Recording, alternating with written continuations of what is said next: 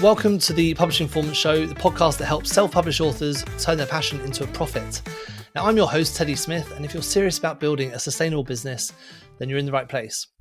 Every week, I sit down with successful authors, industry experts, and publishing professionals who share their exact strategies they use right now to how they've grown their business, grow their readership, increase their book sales, and essentially to make a bit more money.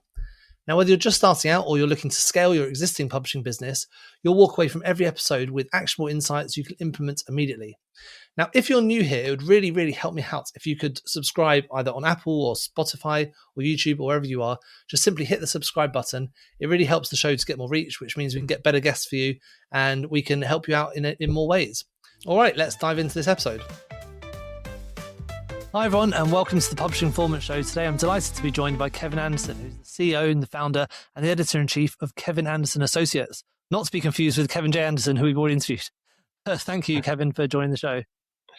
Yeah, absolutely. Happy to join. And yeah, I'm a big fan of Kevin Anderson's in general. I've actually worked with Kevin J. Anderson on a bunch of projects. He's done some writing for us, and I work with his agent, Gottlieb, quite a bit as well. So always a pleasure to be associated with such with Kevin Anderson's and a tennis player too. So I'm in for it. I met him once, and someone I knew had started working for you, I think. And I was like, hey, Kevin, someone started working for you. And he was like, you got the wrong guy. But but yeah, so today we're going to be talking about Kevin Anderson Associates, which is a business that focuses on ghostwriting. So I think a lot of authors, a lot of people, they want to write a book and maybe they don't have the time or they're feeling a bit stuck. And I think that's really where you come in and you help them to get over that. So why don't you give us a bit of an overview of like how Kevin Anderson works and what that process looks like and what sort of people you work with? Yeah. So how we help authors is we help them anywhere they're in the journey, whether they're starting out and they need a lot of help with either ghostwriting or rewriting their material as they write it. And we also work with authors that have already finished their manuscript or are partway through to guide them editorially and help them finish their project and figure out the exact publishing path that's going to be ideal for them to achieve their goals. And what makes us unique in the space is when it is working with us, they get to work with former publishing executives and literary agents and best-selling writers that are all in-house at our team. So it's they're really getting the highest caliber of help that's available in the industry. Yeah. What does I think there's a lot of misconceptions maybe around ghostwriting and what it involves and like what actually happens. Like, what does that process look like behind the scenes? Yeah, it's important to remember that ghostwriting is not just writing a book based on a prompt that's given and that it's completely detached from the author, right?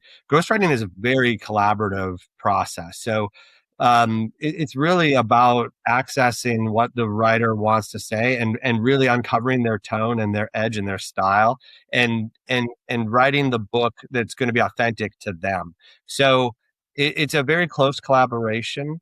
Our clients are typically people who their number one skill set is not writing. They might be really good orators. They might be really great on stage, but when it comes to putting their thoughts into writing, they really struggle. And so they're working with us to give us all of the wisdom, all the ideas, or if it's a story, all the story and details. And then we put it into, we've developed it into a book that's in their authentic voice, that's really true to who they are. But it's very collaborative. It's a lot of back and forth, and it's really meant to be something that is still very much the authors. You know, we're detached. We're not authors. We're the writers. We're like a sophisticated pen that's accessing what they really want to say and putting it in a way that can really reach readers and make sense to them and just kind of connect that link between the author and the reader. Yeah, I love that you say it's not just a set of prompts. That's a really interesting way of framing it. Yeah, exactly. And that's important, obviously in the age of AI, it's we aren't meant to be an echo chamber with the author either. AI is very prompt driven. It's a feedback loop with yourself, and it's also drawing on a wide range of content that's totally detached from the author. So it lacks edge, it lacks personality, and it also lacks intuitive interview skills and empathy. A big part of ghostwriting is actually figuring out the story or the things that are making author who they are that are not known to the author, things that are underneath. And so a big part of the process is like a therapy session or with a psychologist where um, you're really trying to dig in and pull something out of the author that they didn't even really know was there, and connect dots that they didn't realize were there with their story or with their message. And so that's something that really takes a skilled journalistic approach or interview approach that can read the room, that can read the author, knows when to really push or when to hold back, and also has empathy for the author and what this book project is and how it serves their goals. And so anyway, it's one of those situations where sometimes we know what's going to be best for making a book good, a really great book that's going to serve their goals better than what they do on their own. So it's a very different process than AI, which is very it's very much an echo chamber. Yeah. You're trying to find something new, a new angle, rather than just, with AI is working with what's gone before. You're trying to find that new angle to what that person wants to write about. Is completely different, I think. Yeah. Who are the people you find that typically hire ghostwriters with you? Yeah, we get a wide range. We do a lot of celebrity memoirs and celebrity and also novels that they feel passionate about. That we do a lot of IP. So like the Five Nights at Freddy's was a big #1 New York Times bestseller, and it turned into 2 different films that were combined for over 500 million at the box office globally. So that was based on a video game, and we wrote the novels and a bunch of iterations of that.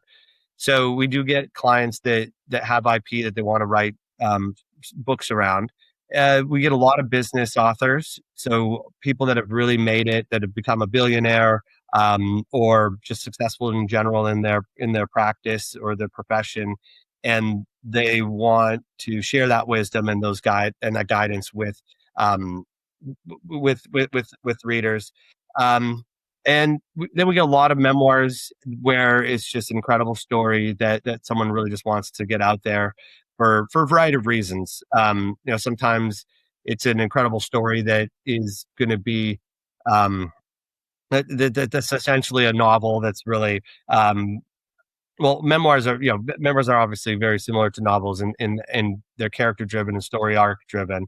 But a lot of people come to us for their memoirs for different reasons. Sometimes it's there's a lesson to be learned there where it's kind of a memoir with lessons, and other times it's just a really incredible story. Yeah, definitely. When you're ghostwriting with clients, what's that level of involvement look like between the ghostwriter and the client? Yeah, it's really it's a really close collaboration. So at the very beginning, we typically get a whole team together. All of our projects are done as a team. So I have a writer, a project manager, an editor. All of our editors are former Big Five acquisitions editors or publishing executives. We have a former literary agent that's also involved in the project to help with thinking through the positioning and the publishing strategy. And they all get together for ideally several days in person.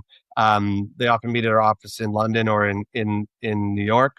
We also have an office in LA, but we also can meet at their home or their place of business. But typically we'll meet for a couple of days at least, just to talk through everything, the entire story, do brainstorming, figure out exactly what their goals are and how to structure the book in a way that's going to achieve them.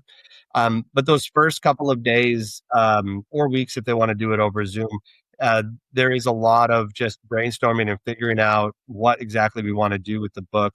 And then once we kind of see where all the puzzles of the mosaic are, we try to kind of fit them into a structure and into an outline that we can then follow in terms of writing the actual book. After that, the collaboration is a little less intense. I mean, we develop material, do ongoing interviews, typically over Zoom, but sometimes there'll be additional site visits. But and then the author will review the material as it's produced and give feedback. There'll be revisions. The editors are also reviewing and editing to ensure that it's looking good from a publishing standpoint. And you kind of just continue that back and forth dynamic until the project is complete. And then it kind of goes into post, and then it goes into editing, copy editing, and then we figure out the publishing direction. Yeah. It's basically the whole book process. Yeah, right, exactly. And what we really try to make all the connections. So if some projects we agent ourselves. We've done lots of book deals ourselves. Although typically we like to bring in an agent externally, bring in an ideal agent to make the deal. But we'll make those connections for certain authors. If it's a project that isn't really ideal fit for agents, then we do help them figure out non-traditional options like hybrid publishing or self-publishing. Our goal is to just really make sure that they're not on their own, trying to figure out this very complicated world of publishing by themselves. And we've obviously we've done over 7,000 books. We do about 500 a year. And so we've had a lot of experience with a lot of different publishers, a lot of different agents, a lot of different hybrid publishers. So we really ensure that they're getting the very best, and then they're not getting, there's a lot of scams out there. There's a lot of really bad actors. So we help shelter them from that and really are their partner through the whole process and then after. Yeah, definitely. When, like, say if I wanted to come to you today and I wanted to write a book, what would those first few steps look like?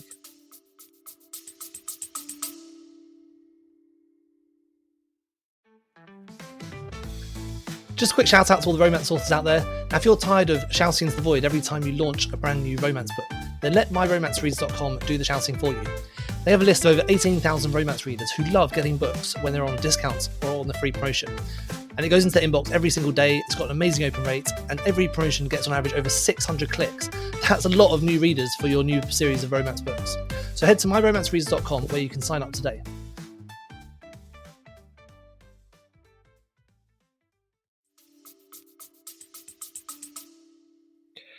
So if first thing we would figure out is your goals. What do you want from this? What 3 years down the road, what is success for you?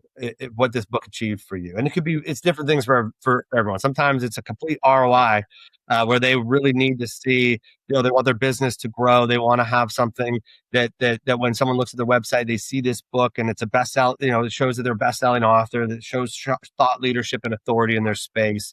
Sometimes the goal is that, and if that's the case, then we're going to think and talk through a plan that's going to achieve that goal, as opposed to somebody else that might come to us that's looking to write a family legacy piece. That's going to be a totally different goal. We're not going to be thinking about bestseller lists. We're not going to be thinking about getting a traditional publisher on board. We're going to be thinking more about how do we write something that's authentic, that's going to be serving their goals as a family legacy piece.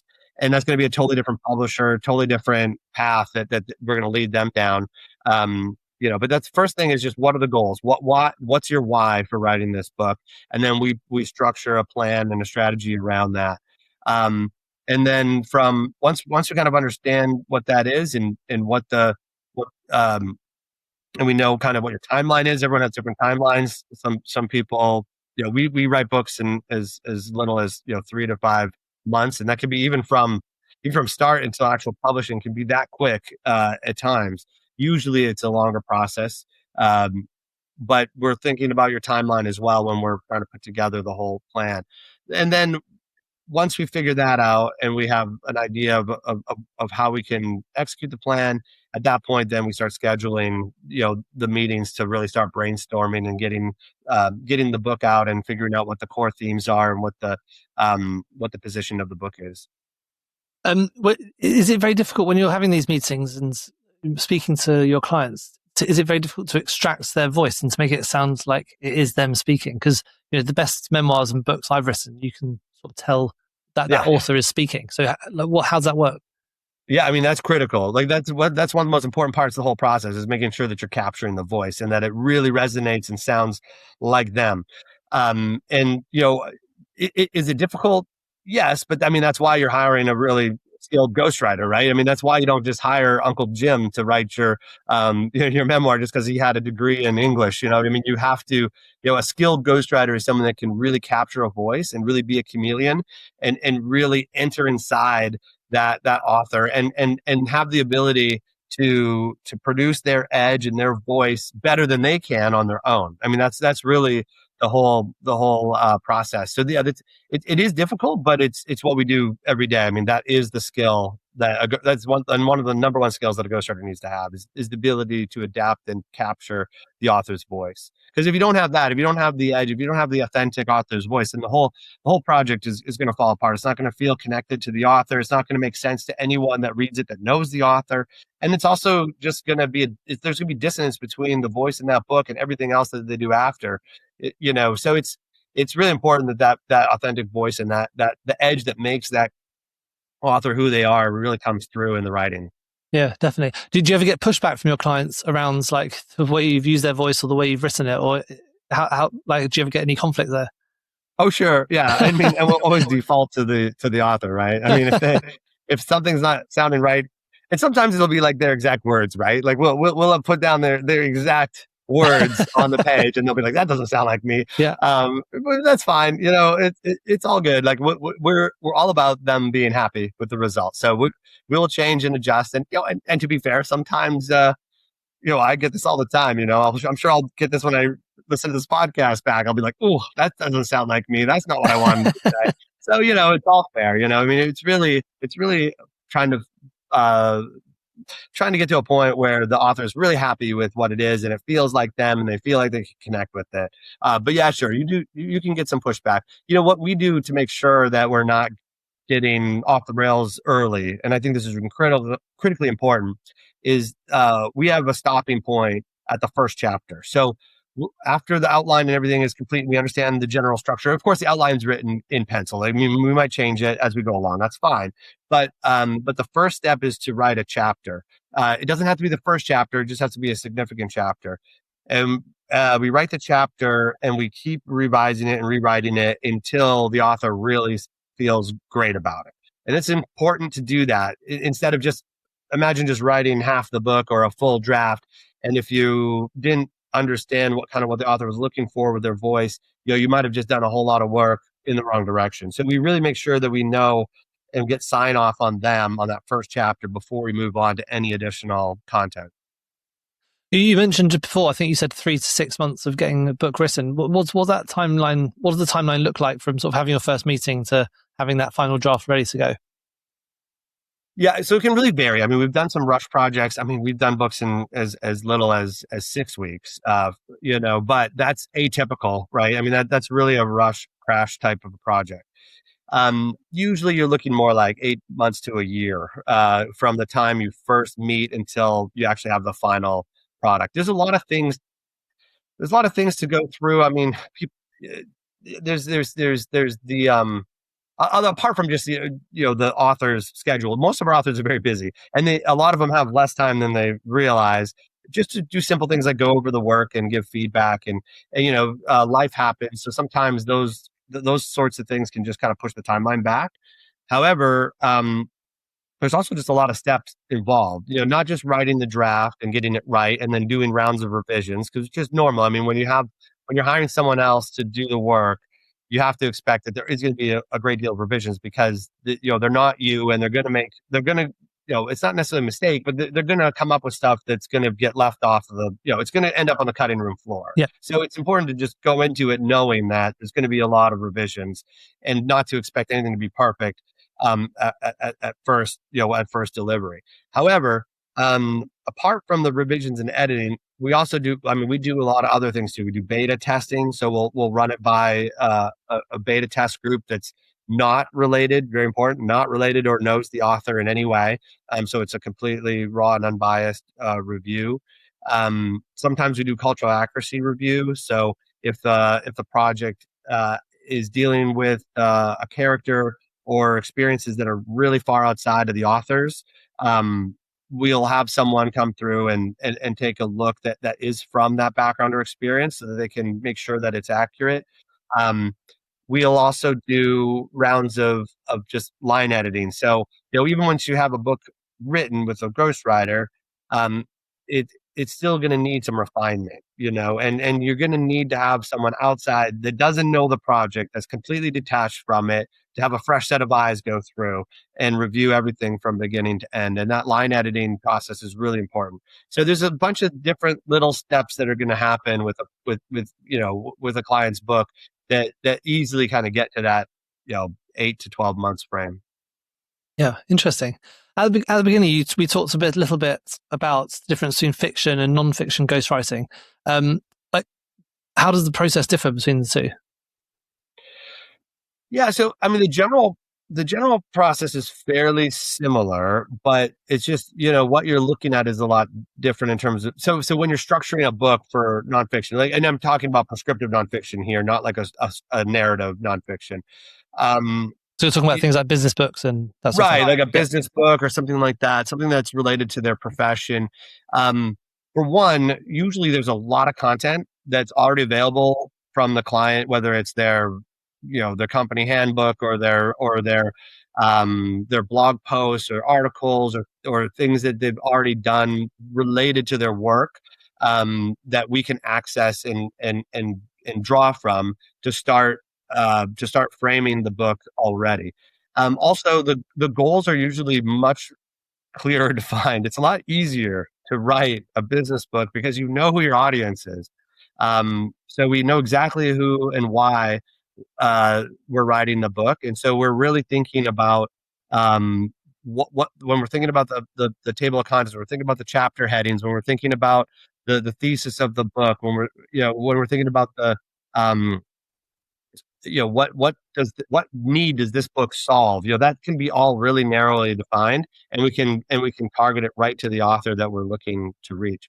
It's much more difficult with fiction and memoir to do that because it's more or less a book for everyone, right? And there's not a clearly defined reason why we're writing it. There's not a specific need necessarily that we're clearly resolving for people. And it's very easy to write to narrow down a book when you're solving a specific problem. When it's a novel, it becomes, it's art. This is something that we are appealing to something that's beyond just the practical. So it's a different approach in terms of, about, like, when we're just thinking about the material, what makes it a good book. It's completely different. So in the planning stages, it's a lot easier and more focused and more straightforward, and with the prescriptive nonfiction than with a story driven manuscript. Where then in that case we're really looking at, bigger themes, character development, story arc. How can we make this all resonate and feel, and really connect with the reader on a human level? And it's really hard to identify exactly which readers are going to be, that's going to appeal to the most. Yeah, that's fascinating. I mean, when customers usually come to you with an idea for either a fiction book or a non-fiction book, what level of information do you expect them to come to you with, or can it literally just be like, "Here's my idea, let's start brainstorming"? Yeah, it can be nothing. Yeah, we Yeah, get it all the time. It's very common for us for the author to really have nothing started at all, and they just said, "Hey, I just got this germ of an idea. I'm super passionate about it. I've got nothing written down.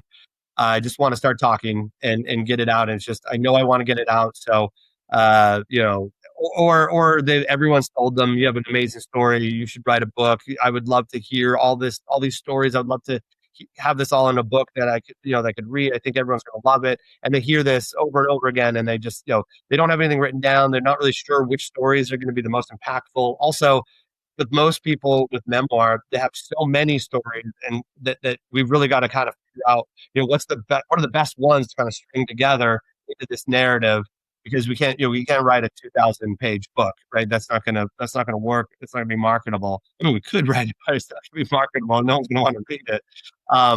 So we got to think through strategically, what parts of the story connect thematically, which parts of these stories are actually really unique. Are there some that achieve the same goal? So we should maybe drop some of these stories that are basically achieving um, the same, the same thing within the narrative. So that process for that process is really thinking through how can we make a whole lot of information. Sorry, to get to the point though, they come with nothing, and then it's really, as we start, then we have them share all these stories and figure out all the details. But authors come to us with nothing, or sometimes they come to us with too much. We've had authors. Oh, I don't know what the record is. I know it's over 400,000 words. But they've come with just a giant tome, a Bible of material, and it's all scattered. Sometimes it's just voice to text memos or whatever it is, and we've got to kind of take all this content and whittle it down into a book that's actually going to resonate with readers. If you could describe the ideal amount of information people should bring to you, what would that sort of look like? Well, we always like to have information coming out, but so it's always good to have plenty of information. We can always kind of navigate it. Ideal amount, I don't know if there's an ideal amount, but I think that the thing that I caution people against a lot is what you don't want to do is spend a lot of time writing and putting words down and basically putting a lot of effort into developing your book without first consulting with a professional. Because what we do get, and what a lot of, and it is these situations where someone's already written basically the whole manuscript, and then they reach out to us saying, oh, I did all this on my own, I put this all together, and then we look at it and we realize that it doesn't align at all with a lot of their goals, or a really bad book, or they've gone way down the path. And if they would have just talked to us at the beginning, even momentarily, we could have kind of set the direction right and saved them a lot of time and future, heavy editing. So there's never a point that's too early to start consulting, at least with a professional.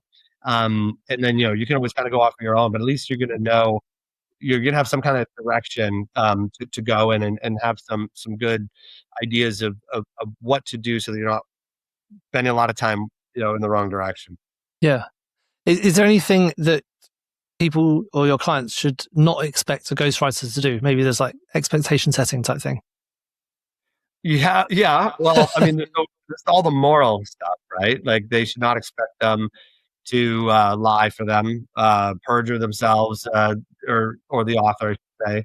They do not expect us to write, racist or homophobic content. These kinds of things are a baseline. But beyond that, I mean, other than that, I mean, we really will write whatever the author wants us to.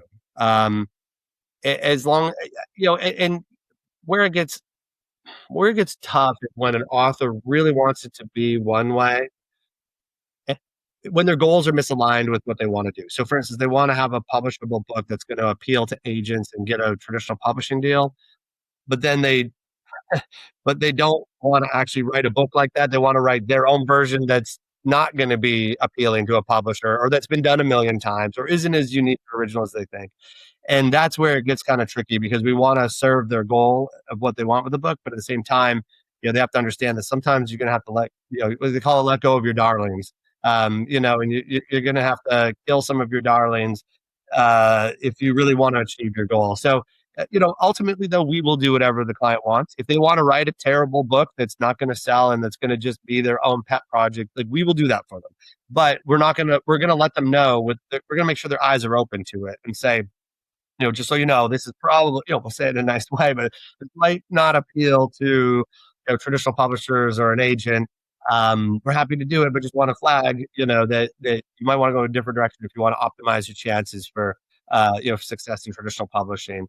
And then they can decide, well, I really just want the book to be this way. And if traditional publishing won't accept it, then, screw them. I'm still doing it my way. Fine. We're happy to do that for you. But we want them to have their eyes open to what's realistic.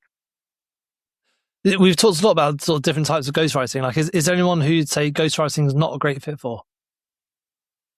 Yeah, definitely. So ghostwriting is not a great fit for someone that really wants to always get their hands involved in the project and have them have them be the hands on the keys. So, specifically, once in a while you get a client where they sign up for ghostwriting, but then every time you send them a draft, they're in there just rewriting everything, which is okay in some cases, but they might want to consider whether that they should just be writing the draft and then having a different dynamic where there's a coach or a ghost or not a ghostwriter, but a coach or an editor that's kind of going alongside them. Because if they really need to be hands-on and they need to have that as part of the process, and every time they get a new chapter, they just can't help themselves by being like, no, I want to do it this way. And they start, I mean, if that works for them and that really stimulates them, and then that's fine. But for others, it's frustrating.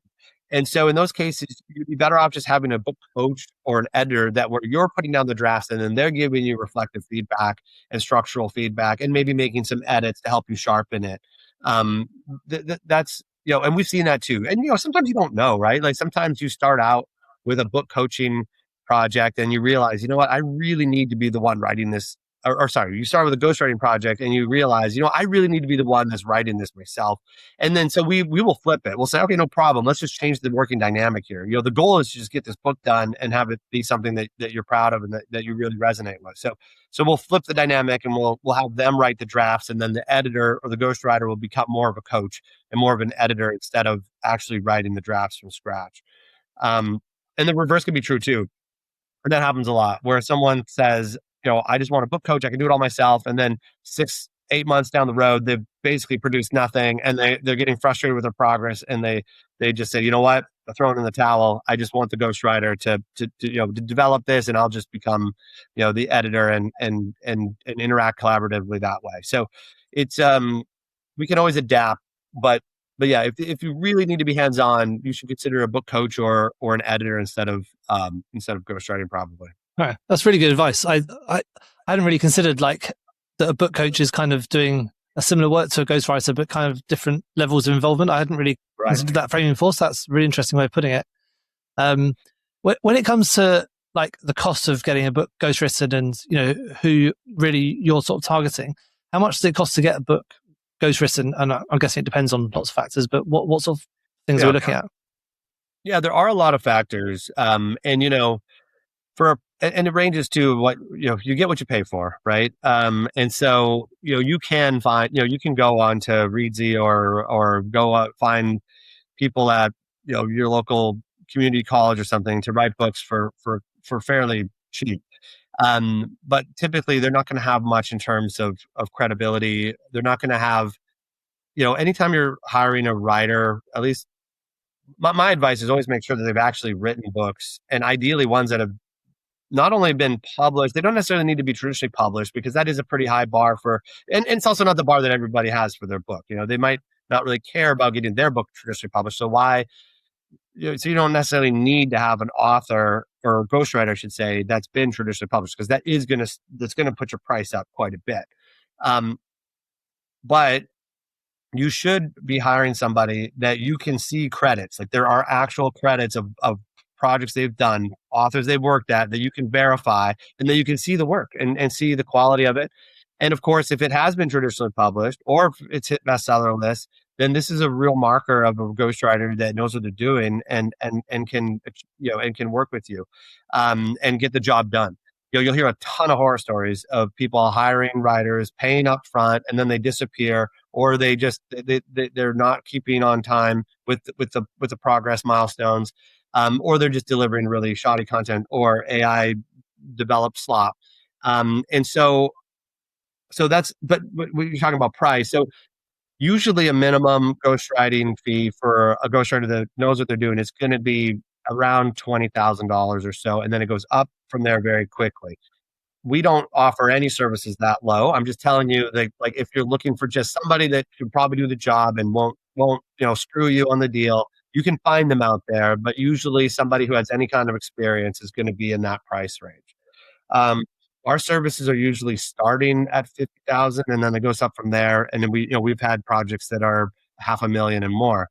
Of course, when you're looking at a $500,000 ghostwriter, you're typically getting someone who's a New York Times bestselling writer, has multiple credits that are publicly known, and they have a long track record of success. And that's going to drive the market up for those ghostwriters. Jared Moringer is looking at $1 million plus, for working with clients. But when you've done Andre Agassi's memoir and Spare, you can drive a really high price, and he's worth it. So anyway, so the range is really wide. It really is, you get what you pay for. Typically, if you want a writer that has good publishing credits, maybe hit a couple bestseller lists or a New York Times list with some of their clients, you're going to be in the six figures, pretty quickly. Yeah. And does that price range, that's sort of the same between like memoirs, business books, novels? It's more about like the quality of the writer you're hiring rather than the type of project it is.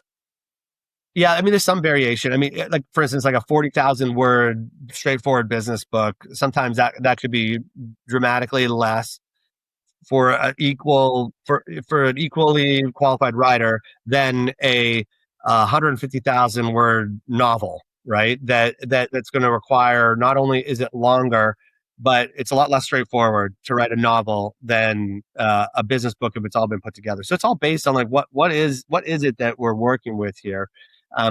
Also, sometimes people will have a manuscript that they've kind of fully fleshed out, and all the characters and the ideas are pretty well developed, but they just need a writer to turn that into a finished novel. I mean, that's going to be a cheaper process than where they say, "Oh, I have a germ of an idea, but that's all I've got. Let's write a book." And you got to come up with all the characters, all of the plot twists, everything is going to come up from nothing.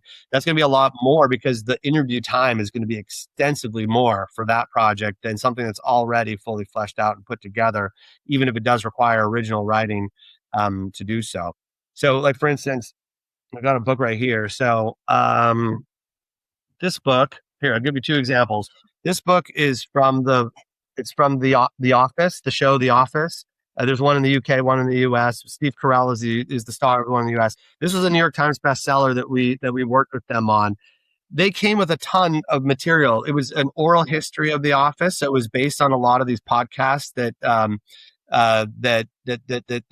Brian Bob Gardner had been doing. And so he's one of the actors on the show.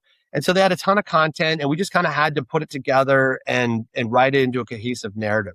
This was a much less expensive project than, say, a novel. Let's see if I got one here. I've got a couple. What's a good one, though? So, well, actually, you know what? Yeah, so we'll pause on that. But I don't see one that's a really good sense. But well, actually, how about this one?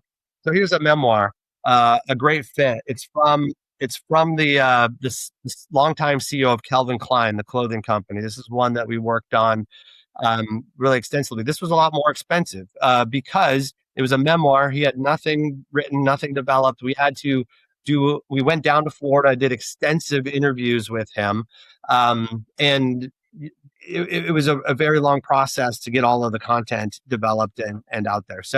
So that kind of project just takes a lot longer, and so you're going to get a higher price point for something like that. Yeah.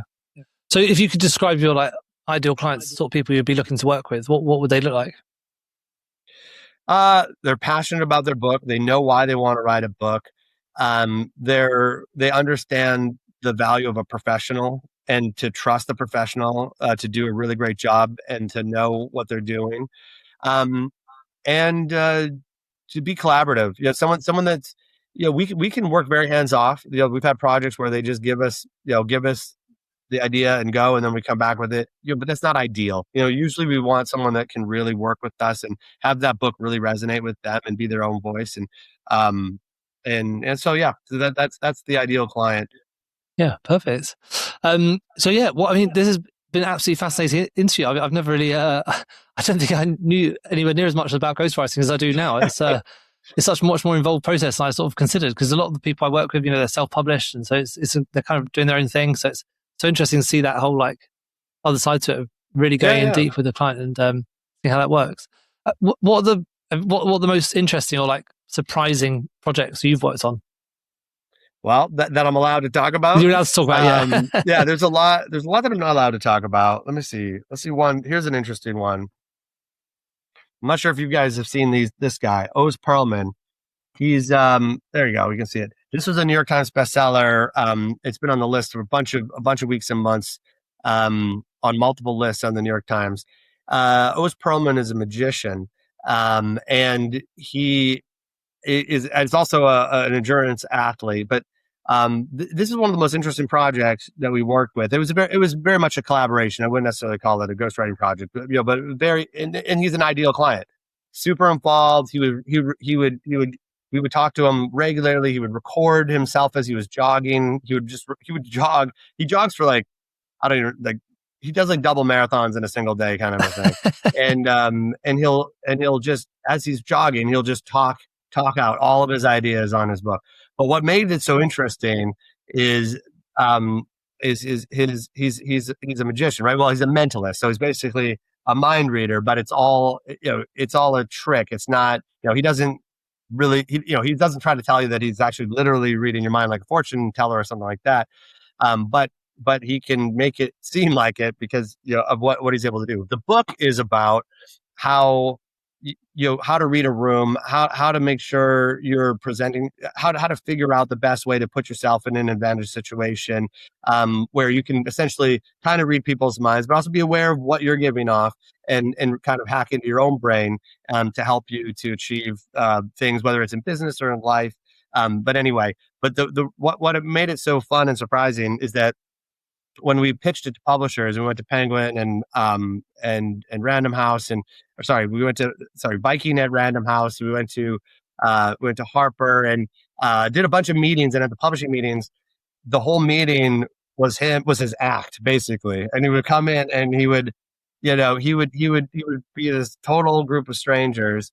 And he would be able to forecast exactly where they went to vacation their first time and who they went to vacation with, just intuit from this random person that he just met then. But anyway, so it was amazing to see him do this act in these publishing meetings, and the whole, he just blew them away completely. So he got a huge offer from Viking, and the book's been a big success since. But yeah, that's been one of the fun ones that we worked on recently. We get a lot of business related books, a lot of IP stuff, but this one was a real kind of unique project where you could see him in action with the as part of the book publishing process. Yeah, incredible. I ran an 8K yesterday, so I'm kind of the same as him. Yeah, exactly. Yeah, 8K. Double marathon. I think that's the same. I'm not sure about the metric versus standard conversion, but I'm sure that's close. Yeah, it's almost exactly the same. Yeah. I'll email you after to tell you how it works. Thank you so much for coming on. I mean, if people want to get in touch with you, how should they do that? And also, what should they bring to that meeting? Or what should they bring to that email?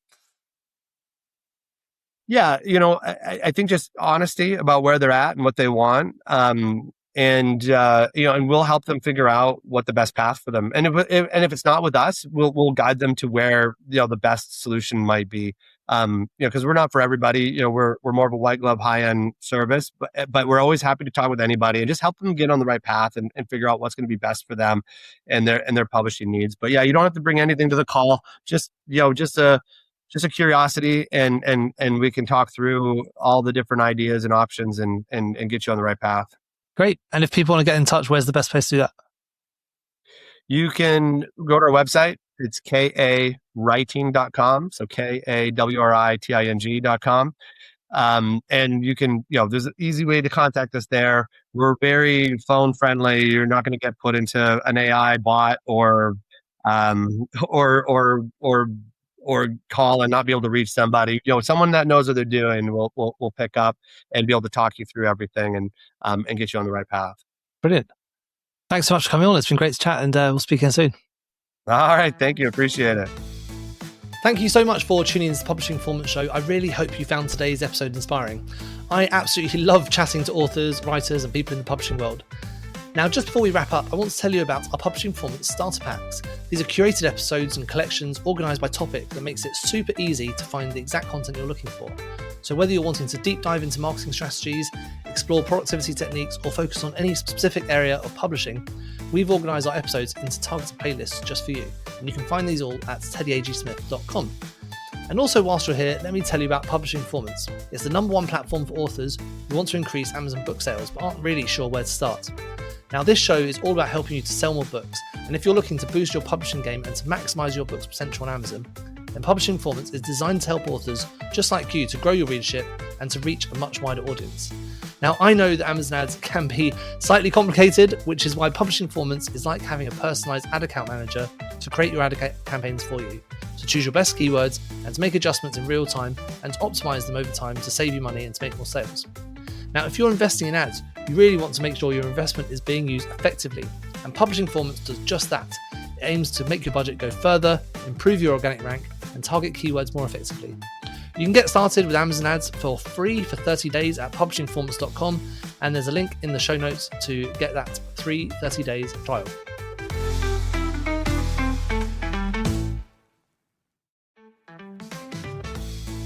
Thank you so much for tuning into the Publishing Performance Show. I really hope you found today's episode inspiring. I absolutely love chatting to authors, writers, and people in the publishing world.